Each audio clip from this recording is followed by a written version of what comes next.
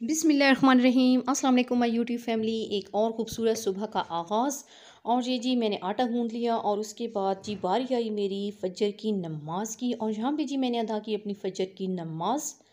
और नमाज़ पढ़ने के बाद जी मैंने तिलावत की सूरह यासीन और जो मेरा सबक होता है डेली का। उसके बाद बारी आ गई है नाश्ते की। और यहाँ पे जी नाश्ता चल रहा है। ये जी हब्बी का नाश्ता हो गया और यहाँ पे जी बच्चों का और अपना नाश्ता तैयार हो रहा है। उसके बाद जी बारी आ जाती है, अल्लाह भला करे सबका, छत पे जाने की। और वहाँ पे बर्ड फीड का टाइम हो जाता है। आज जी बाजरा ख़त्म हुआ पड़ा था, तो चलो मैंने सोचा कि जो रोटियां बच गई हैं तो वो पानी में भिगो के डाल देते हैं। ये भी परिंदे बड़े शौक़ से खा रहे होते हैं।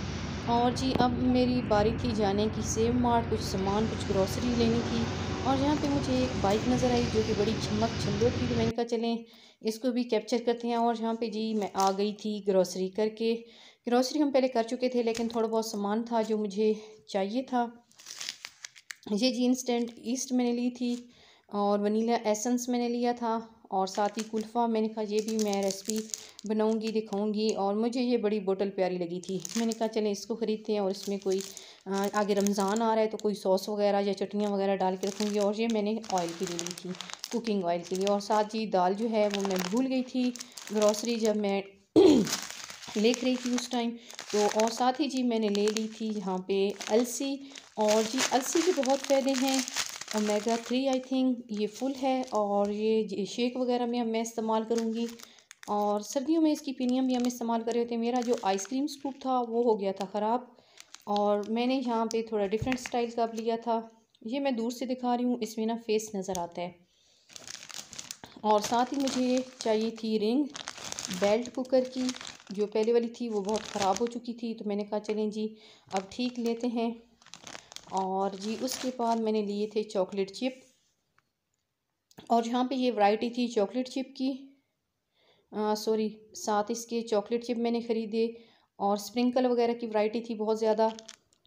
और मैंने सिर्फ यहाँ से चॉकलेट चिप ही लिए थे, बाकी जो वैरायटी थी वो मेरे पास थी, अवेलेबल थी। वो मैं आपको दिखा दूँ तमाम आइटम्स।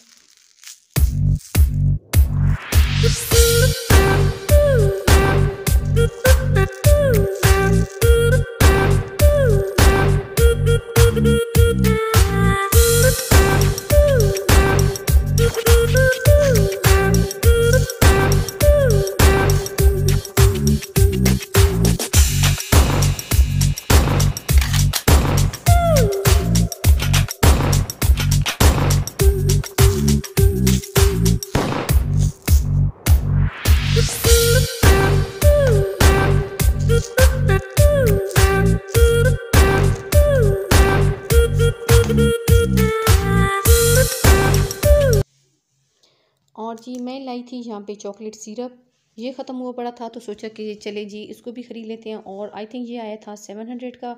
और ये जी मग मुझे बड़ा प्यारा लगा। और जी ये आया था 335 का।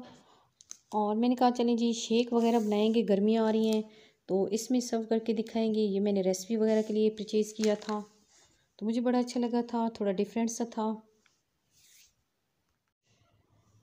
और जी यहाँ पे टाइम हो चुका था मेरी ज़ोहर की नमाज का, और मैंने अदा की अपनी ज़ोहर की नमाज।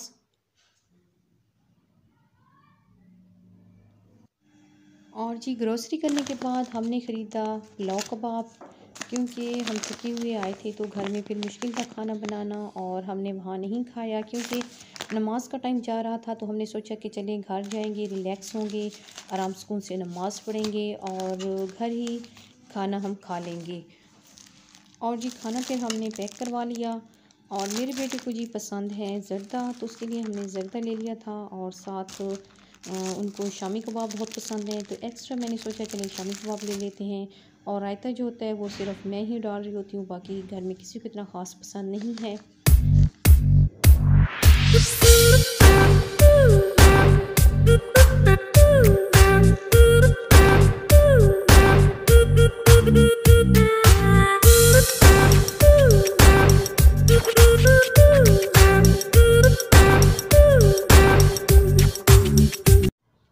और उसके बाद जी थोड़ा सा रेस्ट किया और उसके बाद मेरी नमाज की बारी आ गई थी। यहाँ पे मैंने अदा की अपनी असर की नमाज़।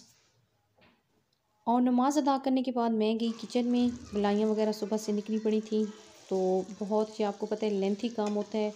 इनका बटर बनाया और उसके बाद भी गर्म करने के लिए रख दिया था इसको, ताकि देसी घी जो है वो तैयार हो जाए। और साथ ही मैंने मटन शोरबा बना लिया था, आलू शोरबा, मटन आलू शोरबा। और जी इस तरह से हमने रात का जो खाना है वो तैयार कर लिया था।